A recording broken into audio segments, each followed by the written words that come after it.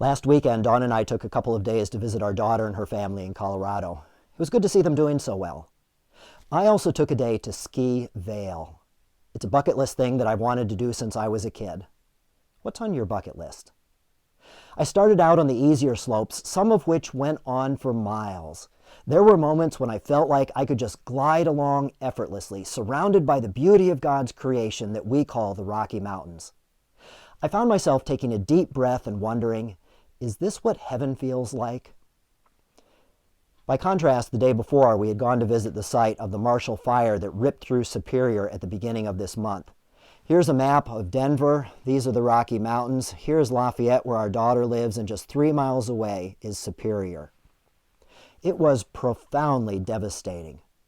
Hurricane-force winds destroyed at least 1,000 homes. Entire communities were leveled in a matter of hours. It happened so fast that many didn't even have time to get back to get their pets. I'll include a couple of pictures here at the end of this video. I was struck by how random the destruction was. One development would be leveled, but right across the street there was another that was hardly even touched. As we were walking down one of the streets, a couple who was driving rolled down their window. They lived in one of the homes that we had just walked by. They were going back to see if they could sift through the ashes and salvage anything. Dawn asked if there was anything we could do to help. They graciously said that they appreciated the offer, and then they asked if there was anything they could do to help us. That's the resilience of the human spirit that thinks of others even in their own personal destruction. I wondered, if my house were to catch fire and I only had a couple of minutes, what would I take? What would I leave? What would I miss? I think I'd make sure everybody was out of the house, and then I'd make sure the pets were safe. And then I think I'd grab this, because it's the closest thing to the door.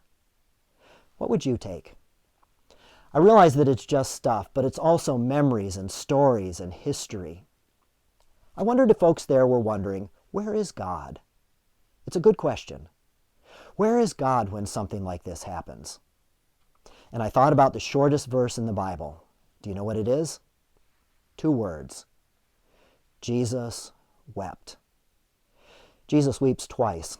Once at the tomb of a good friend named Lazarus, and the other over the city of Jerusalem as he enters to begin the last week of his earthly life. In both cases, it led to something miraculous.